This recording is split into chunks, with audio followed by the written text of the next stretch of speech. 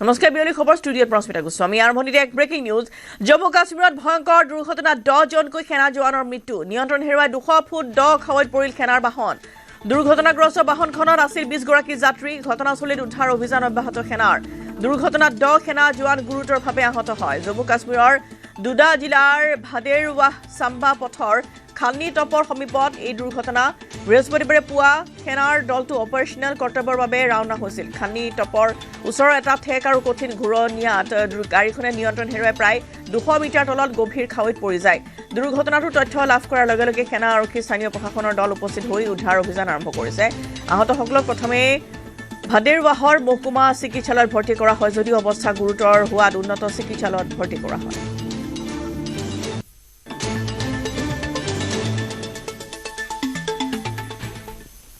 শ্যামকানু মহন্ত আৰু সন্দীপন গাৰ্গক নালাগে জামিন আবেদন চেচাই প্ৰত্যাহাৰ কৰিছে শ্যামকানু আৰু সন্দীপনে সত্ৰ ন্যায়াধীশ আদালতত জামিন আবেদন প্ৰত্যাহাৰ তিনিজনৰ জামিন আবেদনৰ শুনানি সম্পন্ন হৈছে অমৃত প্ৰভা পৰেশ বৈশ্য আৰু নন্দেশ্বৰ বৰাৰ শুনানি সম্পন্ন গোচৰটোৰ নিয়মীয়া শুনানি দিনাই 30 জানুৱাৰীত হ'ব অমৃত প্ৰভা নন্দেশ্বৰ বৰা আৰু পৰেশ বৈশ্যৰ জামিন আবেদনৰ ৰায়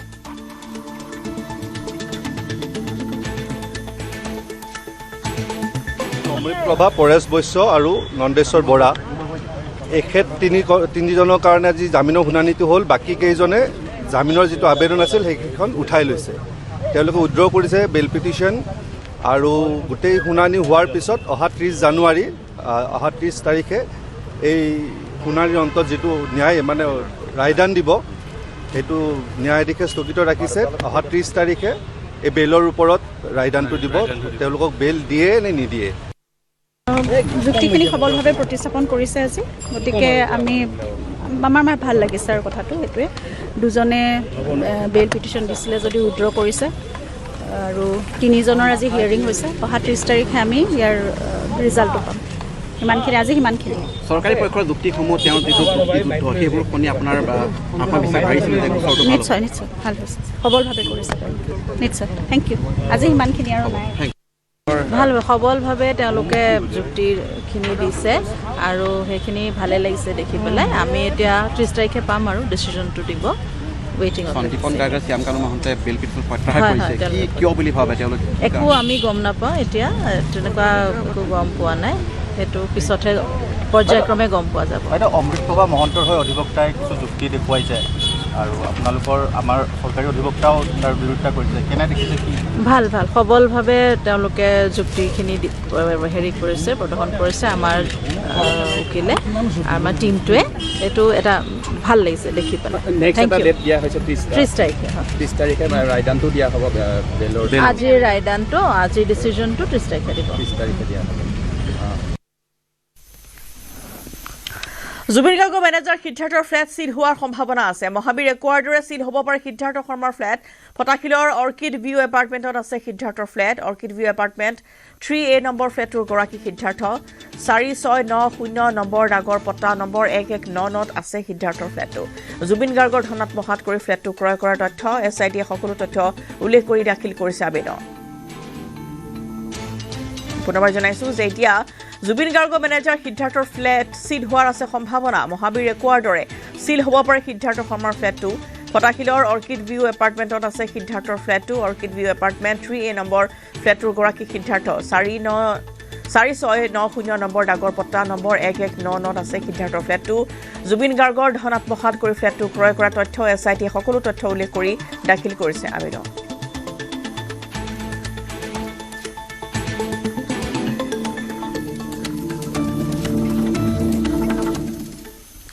পলাশবাৰী সমষ্টি অগপ এৰি নিদিয়ে মিত্ৰদল বিজেপিক পলাশবাৰীত নিৰ্বাচন খেলিবই বুলি দাবী অগপ নেতা কমলাকান্ত কলিতাৰ 26ৰ নিৰ্বাচনক লৈ আমবাৰীত অগপৰ বৰ্ধিত কেন্দ্ৰীয় কাৰ্যনিৰ্বাহক বৈঠক অনুষ্ঠিত হৈছে 26ৰ নিৰ্বাচনক লৈ তৎপৰতা অগপ নেতা কমলাকান্ত কলিতাৰ পলাশবাৰী সমষ্টিত এবাৰ নিৰ্বাচন খেলিব কমলা কলিতাই পলাশবাৰী সমষ্টি অগপৰ সমষ্টি গতিকে এবাৰ মই তাত নিৰ্বাচন খেলিমেই ইতিমধ্যে সমষ্টিটোত কাম আৰম্ভ কৰিছো বুলি কয় কমলা কলিতাই আসন ভাগ বতৰাৰ প্ৰসংগটো কমলা কলিতাই কয় যে মিত্ৰতা আলোচনাৰ আধাৰত হ'ব অগপৰ 50টা সমষ্টিত নিৰ্বাচন খেলাৰ বাবে সাজু হৈছে সমষ্টি পুনৰ নিৰ্ধাৰণৰ পিছত হেৰুৱা সমষ্টিৰ বিপৰীতে বিজেপিয়ে অগপক 5ৰ পৰা 6টা সমষ্টি দিব লাগে বুলি কয় কলিতাই এই দিনটোত অসম গণ পৰিষদে ভেটি থকা শক্তিশালী ভেটি থকা 50টা সমষ্টি নিৰ্বাচন কৰি তাত প্ৰস্তুতি অব্যাহত ৰাখিছে আৰু তাৰ ভিতৰত পলাশবাৰী সমষ্টি এটা অন্তৰ্গত আৰু মই এই পলাশবাৰী সমষ্টিত নিৰ্বাচন খেলিবৰ কাৰণে সম্পূৰ্ণ সাজু আছোঁ আৰু সম্পূৰ্ণৰূপে তাত নিৰ্বাচন কেন্দ্ৰিক সাংগঠনিক কাম কাজ চলাই আছোঁ বিজেপিয়েও সেই সমষ্টিক লৈ নানানটা কণ্ডল এটা চলি আছে গতিকে আপোনাৰ কাৰণে এটা আপাৰ হেণ্ডত থাকিব পাৰে মই এইটো ভাবোঁ যে তেওঁলোকৰ মাজত এতিয়া বহুতো বিভক্ত হৈ গৈছে বিজেপিৰ এতিয়া বহুতো বিভক্ত হৈছে আৰু তেওঁলোকৰ এতিয়া এনেধৰণৰ খেলিমেলি হৈছে যিটো খেলিমেলি মানে ৰাইজে ভোটাৰসকলে সাধাৰণ মানুহৰ বৰ সন্তুষ্টি লাভ কৰি থকা নাই আৰু তাৰ পৰিপ্ৰেক্ষিতত আমি অসম গণ পৰিষদ যিহেতু অসম গণ পৰিষদ এই সমষ্টিটো মানে মূলত অসম গণ পৰিষদৰ শক্তিশালী এটা ভেটি থকা সমষ্টি 1985 চনত যেতিয়া অসম গণ পৰিষদ দল গঠন হৈছিলে তেতিয়া এই সমষ্টিটোত ৰাজ্যখনৰ সৰ্ববৃহৎ ব্যৱধানত জয়লাভ কৰিছিলে দ্বিতীয় সৰ্ববৃহৎ ব্যৱধানত 1 নম্বৰ ব্যৱধান আছিল পটাচাৰকুছি সমষ্টি আৰু 2 নম্বৰ ব্যৱধান আছিল পলাশবাৰী সমষ্টি আৰু তেনেকুৱা এটা আঞ্চলিকতাবাদী বা অসম গণ পৰিষদৰ ভেটি থকা সমষ্টিত আজিও হাজাৰ হাজাৰ কৰ্মী আছে হাজাৰ হাজাৰ ভোটাৰ আছে যিসকলে অসম গণ পৰিষদৰ হাতীৰ ছবিত ভোট দিবৰ কাৰণে উদ্গ্ৰীৱ হৈ আছে আজিৰ দিনটোত অসম গণ পৰিষদে ভেটি থকা শক্তিশালী ভেটি থকা 50টা সমষ্টি নিৰ্বাচন কৰি তাত প্ৰস্তুতি অব্যাহত ৰাখিছে আৰু তাৰ ভিতৰত পলাশবাৰী সমষ্টি এটা অন্তৰ্গত আৰু মই এই পলাশবাৰী সমষ্টিত নিৰ্বাচন খেলিবৰ কাৰণে সম্পূৰ্ণ সাজু আছোঁ আৰু সম্পূৰ্ণৰূপে তাত নিৰ্বাচন কেন্দ্ৰিক সাংগঠনিক কাম কাজ চলাই আছোঁ 2021 চনতো অসম গণ পৰিষদৰ সমৰ্থনতে নিৰ্বাচিত হৈছে ভাৰতীয় জনতা পাৰ্টীয়ে পলাশবাৰী সমষ্টিত অকলে নিৰ্বাচন খেলি জয়লাভ কৰাৰ ৰেকৰ্ড নাই কিন্তু পলাশবাৰী সমষ্টিত অসম গণ পৰিষদে অকলে নিৰ্বাচন খেলি 3বাৰকৈ নিৰ্বাচন খেলা জয় হোৱাৰ ৰেকৰ্ড আছে গতিকে ইতিহাসটো আমি চাব লাগিব আৰু ইতিহাসটো চাই পেলাই ইতিহাসত আমাৰ সমষ্টিটোৰ সাংগঠনিক শক্তিসমূহ আমি যদি পৰ্যালোচনা কৰোঁ তেতিয়াহ'লে এই কথাটো স্পষ্ট যে পলাশবাৰী সমষ্টি অসম গণ পৰিষদৰ কাৰণে অতি শক্তিশালী সমষ্টি আৰু অসম গণ পৰিষদে এইবাৰ নিৰ্বাচনত অৱতীৰ্ণ হোৱাটো উচিত আৰু অসম গণ পৰিষদক এই চিটটো মিত্ৰজোঁটে নিশ্চয় এৰি দিয়াটো মই ভাবোঁ বিবেচনা কৰাটো উচিত বুলি মই ভাবোঁ ইন কেছ অফ পলাশবাৰীত যদি নিদিয়ে আপুনি নতুন অপশ্যন ৰাখিছে পলাশবাৰীত নহয় মইতো পলাশবাৰীত নিৰ্বাচন খেলিম আৰু নিৰ্বাচন মানে মই নিৰ্বাচন খেলিম মই যে শেষলৈকে মই পলাশবাৰী সমষ্টি অসম গণ পৰিষদৰ নিৰ্বাচন প্ৰাৰ্থী হিচাপে মই আছোঁ যদি অসম গণ পৰিষদ বা মিত্ৰজোঁটে এই গোটেই কথাটো প্ৰত্যাখ্যান কৰে বা যদি সেই তাৰপিছত মই নিৰ্বাচন খেলাটো খাটাম আৰু কেৱল জয়নাথ শৰ্মা নহয় শিপাঝাৰ প্ৰতিগৰাকী তৃণমূলৰ অগপ কৰ্মী সাজু নিৰ্বাচন খেলিবলৈ কেন্দ্ৰীয় সমিতিয়ে যি সিদ্ধান্ত ল'ব সেইমতেই শিপাঝাৰ নিৰ্বাচন খেলিব অগপ এই মন্তব্য অগপৰ প্ৰাক্তন মন্ত্ৰী জয়নাথ শৰ্মা অসম গণ পৰিষদ দলৰ প্ৰত্যেকখন জিলাৰ আমাৰ সভাপতি সম্পাদকসকল আৰু অসম গণ পৰিষদ দলৰ ৰাজ্যিক কাৰ্যনিৰ্বাহকৰ সকলো প্ৰতিনিধি কাৰ্যকৰ্তা আমি আজি ইয়াত আলোচনা হ'ম আৰু আগন্তুক নিৰ্বাচনৰ কাৰণে আমি দলীয়ভাৱে প্ৰত্যেকখন জিলাত কি ধৰণে আমি সাজু হৈছোঁ এই বিষয়ে এটা পৰ্যালোচনা হ'ব আমাৰ প্ৰতিনিধিসকলৰ পৰা তেওঁলোকৰ আমি আমাৰ বক্তব্য ৰাখিব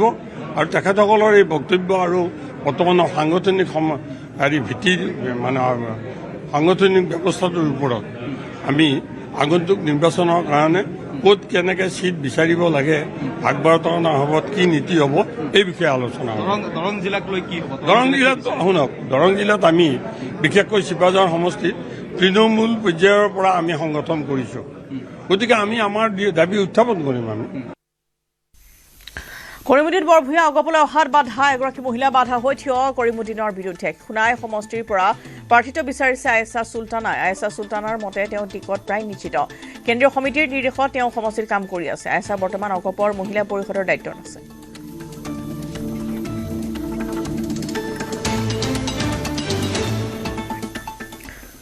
মিয়া সম্প্ৰদায়ৰ সুৰক্ষাক লৈ নিজৰ স্থিতি স্পষ্ট কৰি গৌৰৱ গগৈয়ে মন্তব্য কৰে যে সংখ্যালঘু সমাজক লগত লৈ নতুন বৰ অসম গঢ়াটো কংগ্ৰেছৰ দৃঢ় সংকল্প বুলি তেওঁ মন্তব্য কৰিছে নতুন বৰ অসম গঢ়াৰ সংকল্পৰে কংগ্ৰেছে আয়োজন কৰিছে এখন বিশেষ সভা সংখ্যালঘু লোকসকলক লগত লৈ হাতে হাত ধৰি নতুন বৰ অসম গঢ়াক মূলমন্ত্ৰ হিচাপে লৈ কংগ্ৰেছে আয়োজন কৰিছে এখন সভাৰ গৌৰৱ গগৈৰ দাবী ভয় ঘৃণা আৰু সন্দেহৰ ৰাজনীতিয়ে অসমক আগুৱাই নিব নোৱাৰে বিজেপিয়ে ধৰ্মক লৈ ৰাজনীতি কৰাৰ অভিযোগ গৌৰৱ গগৈৰ ধৰ্ম নামত বিজেপিয়ে উদ্দেশ্য প্ৰণোদিত অপপ্ৰচাৰ চলোৱা বুলি মন্তব্য কৰিছে গৌৰৱ গগৈয়ে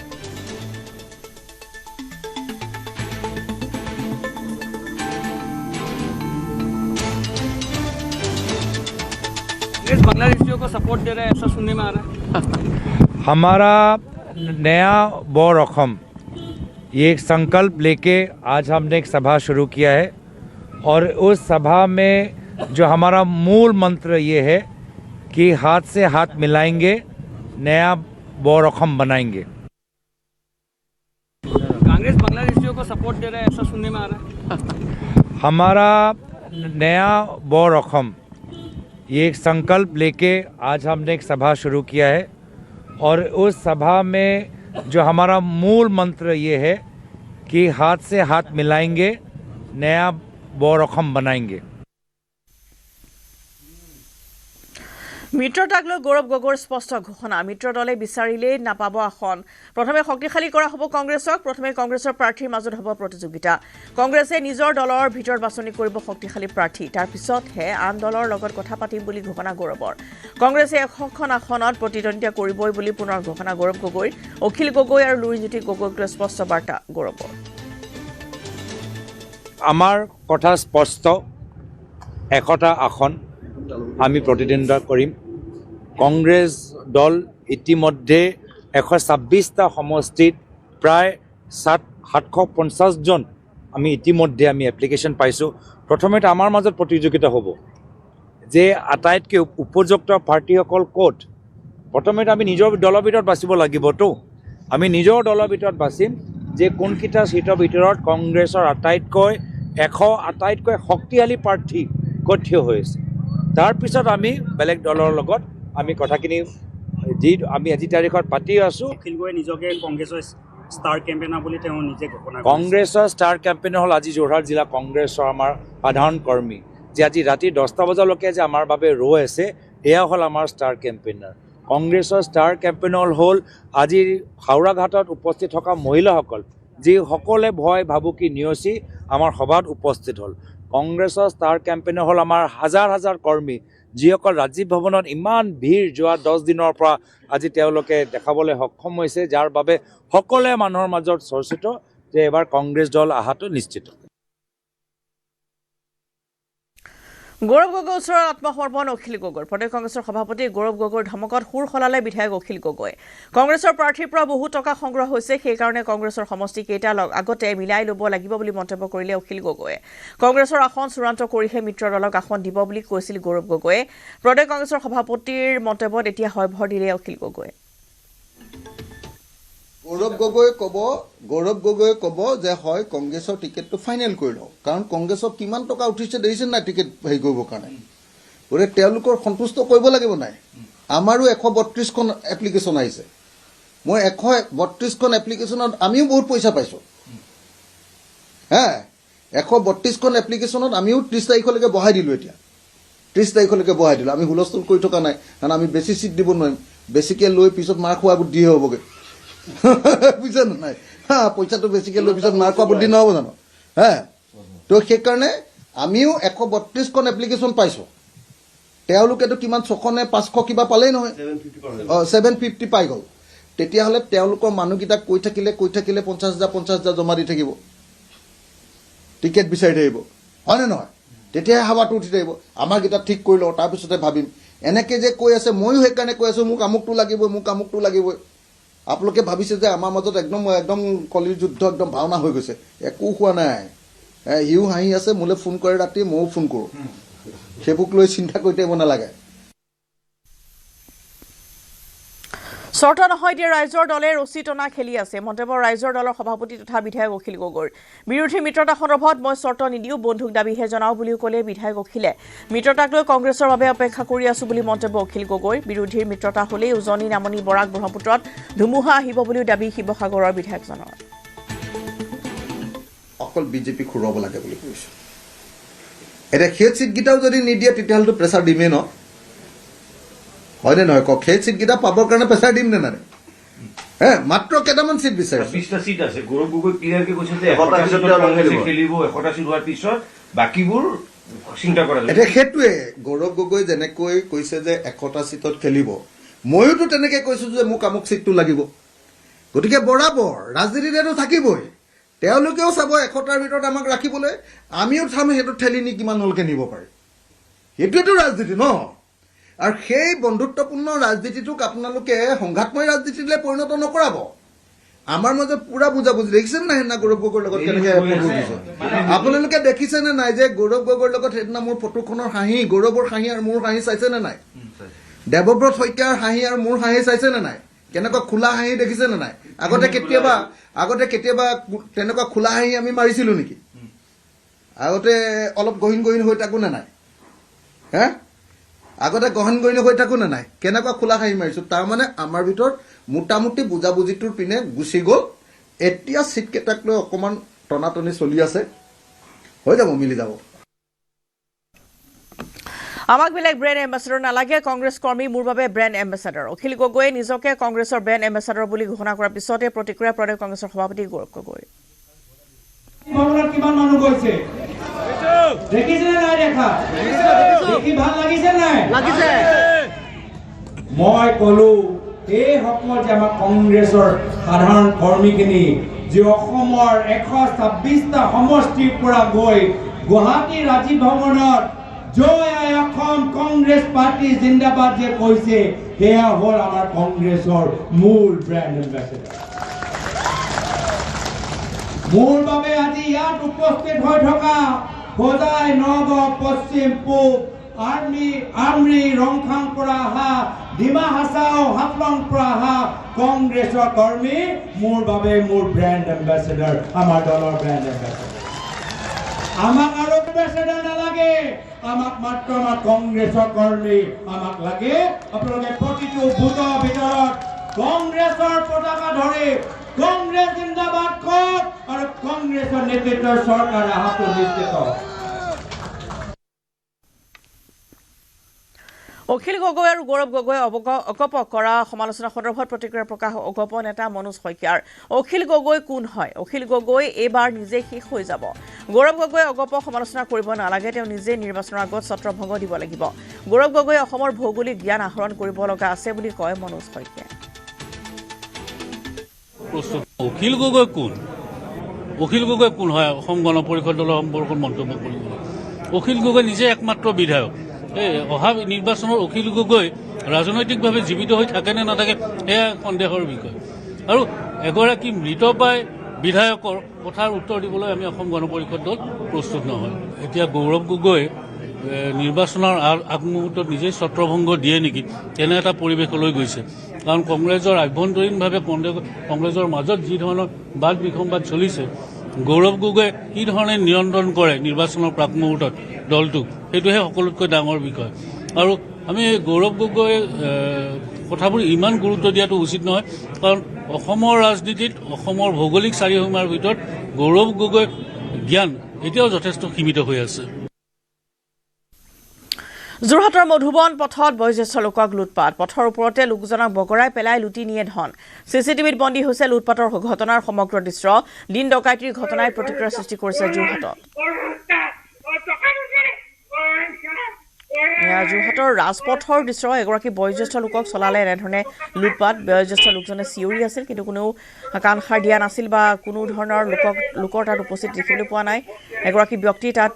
মটৰচাইকেলেৰে আহি আৰু কিছু সময় অপেক্ষা কৰি পুনৰ উভতি যায় মধুবন পথত এই ঘটনা পথৰ ওপৰতে লোকজনক বগৰাই পেলাই লুটি নিয়ে ধন চিচি কেমেৰাত বন্দী হৈছে লুটপাটৰ ঘটনাৰ দৃশ্য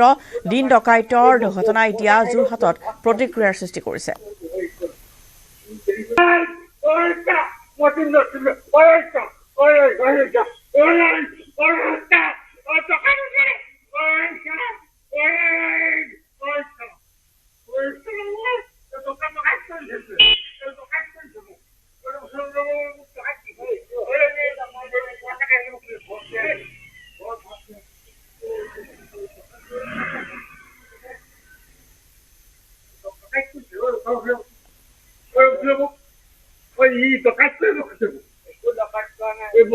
পইচা খাইলেও মোক ঘৰত ৰাখিবলৈ এটা দলৰ এজন নেতা বেলেগ এটা দলৰ কেম্পেইনাৰ আমি ইতিহাসত প্ৰথম দেখিবলৈ পাম কংগ্ৰেছৰ ষ্টাৰ কেম্পেইনাৰ ৰাইজৰ দলৰ সভাপতি এইটো ইতিহাসত বিৰল ঘটনা এইবিলাক হাস্যকৰ কথা বিধায়ক অখিল গগৈ কংগ্ৰেছৰ ষ্টাৰ কেম্পেইনাৰ হোম বুলি কোৱাৰ প্ৰসংগত এইদৰে কয় মন্ত্ৰী যোগেন মোহনে অখিল গগৈ মুখলৈ যি আহে তাকে কয় তেওঁ হাইলাইট হ'ব বিচাৰে যিকোনো কথাতে অখিল গগৈক লৈ সকলোৱে আনন্দ কৰে চৰ্চা কৰে বুলি কৈ অখিল গগৈক কটাক্ষ মন্ত্ৰী যোগেন মোহনৰ এটা দলৰ কেম্পিয়ন বেলেগ এটা দলৰ কেম্পিয়নাৰ হোৱা প্ৰথম ইতিহাসত এনেকুৱা ধৰণৰ প্ৰথম ঘটনা আমি দেখিবলৈ পাম কংগ্ৰেছৰ ষ্টাৰকে মানে ৰাইজৰ দলৰ সভাপতি গতিকে লৈ এইটো এটা ইতিহাসত নোহোৱা কথা বা ৰাজনীতিত তেনেকুৱা ধৰণৰ বাৰ্তা নতুনবাৰ কাৰণে হ'ব অসমত আমি ভাবিছোঁ তেওঁ এটা দল কৰি থাকে এটা দলৰ সংবিধানৰ তলত থাকে আকৌ সিটো দলৰ প্ৰতি ইটো কংগ্ৰেছৰ তেওঁ সংস্কৃতি কি কংগ্ৰেছৰ পতাকা বা তেওঁলোকৰ দলীয় নিৰ্দেশনা কি এইটো কথাৰ ওপৰত জ্ঞান নথকাকৈ কেনেকৈ ষ্টাৰ কেম্পিয়নাৰ তেওঁ ভাষণ দিব কংগ্ৰেছৰ এইবিলাক হাস্যকৰ কথা এইবিলাকে অখিল গগৈ মুখলৈ জীয়াই থাকি গৈ থাকে মানে তেওঁ হাইলাইট হ'ব লাগে যিকোনো কথাতে আজি অখিল গগৈ তেওঁ অকলে এটা দল আৰু তেওঁ অকলে গোটেই কেম্পিয়নাৰ তেনেধৰণৰ তেওঁ কথাবিলাকে বহুতে এনেকুৱা কথাবিলাক ভালো পায় তেওঁক লৈ এইবিলাক কিন্তু বৰ এইবিলাক কথাই যে ৰাজনীতি পথাৰখন কিবা পৰিৱৰ্তন আহিব এইটো নাভাবোঁ কিন্তু তেওঁক লৈ আজি বহুতে আনন্দও কৰে তেওঁক লৈ মানে বহুত চৰ্চাৰো হয় আৰু সেইটোৱে তেওঁ বিচাৰে এছাৰ কেন্দ্ৰ কৰি ঢেকিয়াজুলিৰ উত্তপ্ত পৰিস্থিতি সমজিলা আয়ুক্ত কাৰ্যালয়ৰ বাহিৰত কংগ্ৰেছ বিজেপিৰ খণ্ডযুদ্ধ এছাৰ শুনানিৰ বাবে কাৰ্যালয়ত ভিৰ কৰিছে শীৰ্ষ লোকে শুনানি চলি থকাৰ মাজতে মন্ত্ৰী অশোক সিংহাল উপস্থিত হৈছিল কাৰ্যালয়ত বিজেপি কৰ্মীৰে কথা পাতি থকা ভিডিঅ' কৰিছিল এজন কংগ্ৰেছীয়ে লগে লগে বিজেপি কৰ্মীয়ে থপিয়াই আনে কংগ্ৰেছ কৰ্মীজনৰ মোবাইল ফোন কংগ্ৰেছ কৰ্মী আইনুল ইছলামক প্ৰহাৰ কৰাৰ অভিযোগ ইয়াৰ পিছতে দুই পক্ষৰ মাজত আৰম্ভ হয় খণ্ডযুদ্ধ একাংশ কংগ্ৰেছ কৰ্মীয়ে পৰিস্থিতি বিঘ্নিত কৰিব বিচৰাৰ অভিযোগ বিজেপি কৰ্মীৰ বিজেপি নেতা হেমন্ত ডেকাক প্ৰাণে মৰাৰ ভাবুকি দিয়াৰ অভিযোগ উত্থাপন হৈছে বিজেপি কৰ্মীসকলে কংগ্ৰেছ কৰ্মী আইনুল ইছলামক গ্ৰেপ্তাৰ দাবী জনায় ঘটনাস্থলীত আৰক্ষী অৰ্ধসামৰিক বাহিনী উপস্থিত হৈ নিয়ন্ত্ৰণ কৰে পৰিস্থিতি ঘটনা সন্দৰ্ভত আজিজুৰ ৰহমান নামৰ কংগ্ৰেছ নেতাক আটক কৰিছে আৰক্ষীয়ে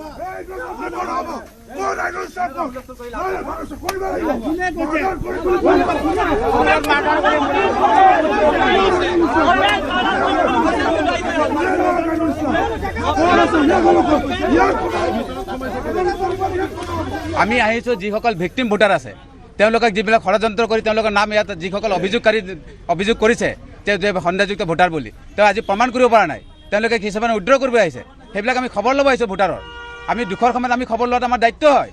আমি এগৰাকী যুৱক হিচাপে শিক্ষিত যুৱক হিচাপে আমাৰ দায়িত্ব হয় চাওক ইয়াত যিটো আমাৰ মন্ত্ৰী অশোক সিংহাল ডাঙৰীয়াৰ সন্মুখত মাৰিছে অশোক সিংহাল ডাঙৰীয়াৰ ডাইৰেক্ট ইনষ্টিগেট আছে তেতিয়াহ'লে গুণ্ডা কোন হয় তেওঁলোকে হয় অথনিৰ পৰা কোনো কাজিয়া হোৱা নাছিল অশোক সিংহাল ডাঙৰীয়া অহাৰ পিছতে কাজিয়া আৰম্ভ কৰিছে তেতিয়াই মাৰিবলৈ সাহস পাইছে আগতে কিয় মাৰিবলৈ সাহস পোৱা নাছিলে ডিমৌ সমষ্টিত গৌৰৱ গগৈক একাধিক কংগ্ৰেছ কৰ্মীয়ে প্ৰাৰ্থী হিচাপে বিচৰাৰ খবৰ প্ৰচাৰ পিছতে মুখ খুলিছে দলটোৰ শিৱসাগৰ জিলা সভাপতি অজয় গগৈয়ে ডিমৌ সমষ্টিৰ প্ৰাৰ্থীৰ অভাৱ হোৱা নাই যদি গৌৰৱ গগৈয়ে ডিমৌৰ পৰা প্ৰতিদ্বন্দ্বিতা কৰে তেতিয়াও বেয়া নাপায় বুলি মন্তব্য অজয় গগৈয়ে নিজেও ডিমৌ সমষ্টি টিকট বিচাৰি আবেদন কৰা বুলি স্পষ্ট কৰিছে বিধানসভা নিৰ্বাচনত বিজেপিক পৰাভূত কৰিবলৈ অজয় গগৈ নিজেও সাজু বুলি দাবী উত্থাপন কৰে পূৰ্বৰ নিৰ্বাচনত মাত্ৰ ৫,০০০ ভোট লাভ কৰি দলটোৰ ক্ষতি কৰা এজন কংগ্ৰেছ কৰ্মীয়ে গৌৰৱ গগৈক প্ৰাৰ্থী হিচাপে বিচাৰি আবেদন কৰিব পাৰে বুলিও বিস্ফোৰক মন্তব্য কৰে অজয় গগৈয়ে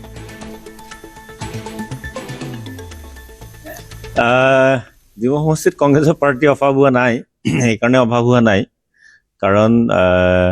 বহুবোৰ নেতাকৰ্মীয়ে দলটোক শক্তিশালী কৰিবৰ কাৰণে কাম কৰি আছে গতিকে আপুনি যদি চাই তেতিয়াহ'লে আপুনি দেখিব যে সম্ভৱতঃ এতিয়ালৈকে 3গৰাকী প্ৰাৰ্থীয়ে প্ৰাৰ্থিত্বৰ বাবে আবেদন কৰিছে গতিকে এই ক্ষেত্ৰত প্ৰাৰ্থীৰ অভাৱ হৈছে বুলি আমি অনুভৱ কৰা নাই জিলা কংগ্ৰেছৰ সভাপতি হিচাপে আপোনাক এটা কথা কওঁ যদিহে ৰাজ্যখনৰ সভাপতিগৰাকীয়ে ডিমৌ সমষ্টিত যদি প্ৰতিদ্বন্দ্বিতা কৰিবলৈ আহে তেতিয়াহ'লে ইয়াতকৈ আমাৰ বাবে সুখবৰ কি এইটো আমাৰ বাবে গৌৰৱৰ কথা কাৰণ যিহেতু নেকি ডিমৌ সমষ্টিৰ পৰা মই প্ৰতিনিধিত্ব কৰোঁ কাৰণ মই ডিমৌ সমষ্টিৰ বাসিন্দা গতিকে আমাৰ জিলা কংগ্ৰেছৰ সভাপতি হিচাপে এজন নিষ্ঠাবান কৰ্মী হিচাপে সংসদৰ মজিয়া কপাই থকা এগৰাকী যদি সাংসদ আমাৰ দলৰ সভাপতিগৰাকীয়ে যদি এই সমষ্টিৰ পৰা নিৰ্বাচন খেলিবলৈ আহে প্ৰত্যেকগৰাকী কৰ্মীয়ে উৎফুল্লিত হ'ব কিন্তু যিটো বিষয়লৈ চৰ্চা হৈ আছে এই কথাটো হ'ল এনেকুৱা মই শুনিছোঁ 2 নে 3জন মানুহে কিবা একত্ৰিত হৈ পেলাই এখন এপ্লিকেশ্যন দিছে বোলে আৰু সেই এপ্লিকেশ্যনৰ কথাৰ ভিত্তিতে চাগে সন্মানীয় সভাপতিদেৱৰ কথা আলোচনা হৈ আছে, কিন্তু সভাপতিদেৱৰ পৰা আমি তেনেকুৱা ধৰণৰ কোনো কথা এতিয়ালৈকে আমি জানিব পৰা নাই আৰু সেই সম্পৰ্কে মই বিশেষ অৱশ্যে অৱগত নহয়। ডিমৌ সমষ্টিত কংগ্ৰেছৰ পাৰ্টি অভাৱ হোৱা নাই, সেইকাৰণে অভাৱ হোৱা নাই। যদিহে ৰাজ্যখনৰ সভাপতিগৰাকীয়ে ডিমৌ সমষ্টিত যদি প্ৰতিদ্বন্দ্বিতা কৰিবলৈ আহে, তেতিয়াহ'লে ইয়াতকৈ আমাৰ বাবে সুখবৰ কি? 2জন নে 3জন মানুহে কিবা একত্ৰিত হৈ পেলাই এখন এপ্লিকেশ্যন দিছে বোলে, আৰু সেই এপ্লিকেশ্যনৰ কথাৰ ভিত্তিতে চাগে সন্মানীয় সভাপতিদেৱৰ কথা আলোচনা হৈ আছে, কিন্তু সভাপতিদেৱৰ পৰা আমি তেনেকুৱা ধৰণৰ কোনো কথা এতিয়ালৈকে আমি জানিব পৰা নাই আৰু সেই সম্পৰ্কে মই বিশেষ অৱশ্যে অৱগত নহয়।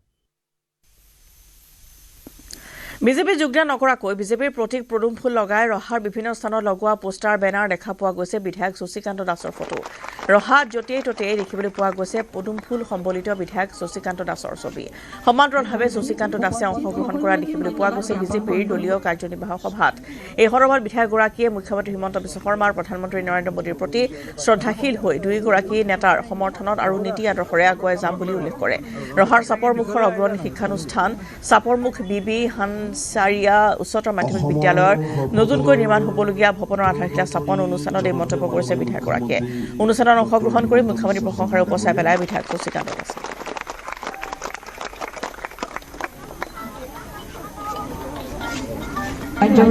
উপস্থিত সকলোলৈকে ধন্যবাদ জ্ঞাপন কৰিলোঁ। চাপৰমুখৰ এই ঐতিহ্যমণ্ডিত উচ্চ শিক্ষানুষ্ঠান ভাগত আমাৰ অঞ্চলটোৰ বিভিন্ন প্ৰান্তৰ পৰা প্ৰায় 600তকৈও অধিক ছাত্ৰ ছাত্ৰীয়ে ইয়াতে পঢ়া শুনা কৰে। ইয়াতে আমাৰ একাডেমিক ছেশ্যনটো আমাৰ শিক্ষা গোটেই ব্যৱস্থাটো ইয়াতে হয়, কিন্তু বিদ্যালয়খনিৰ যিটো আন্তঃগাঁথনি অতি দুৰ্বল আৰু নিশকটীয়া হোৱাৰ বাবে আমি বহু সময়ত ইয়াৰ ৱালবিলাক ফাটি গৈছিলে, ইয়াৰ ফ্ল'ৰবিলাক বহি গৈছিলে। এই গোটেই কথাখিনিৰ প্ৰতি লক্ষ্য ৰাখি আমি মাননীয় অসমৰ কৰ্মদক্ষ আমাৰ সৰ্বকালৰ শ্ৰেষ্ঠ মুখ্যমন্ত্ৰী ডক্টৰ হিমন্ত বিশ্ব শৰ্মা ডাঙৰীয়াক আমি কথাখিনি অৱগত কৰিছিলোঁ আৰু তেখেতেও খুব ক্ষিপ্ৰভাৱে বিদ্যালয়খনৰ আন্তঃগাঁথনি উন্নয়নৰ বাবে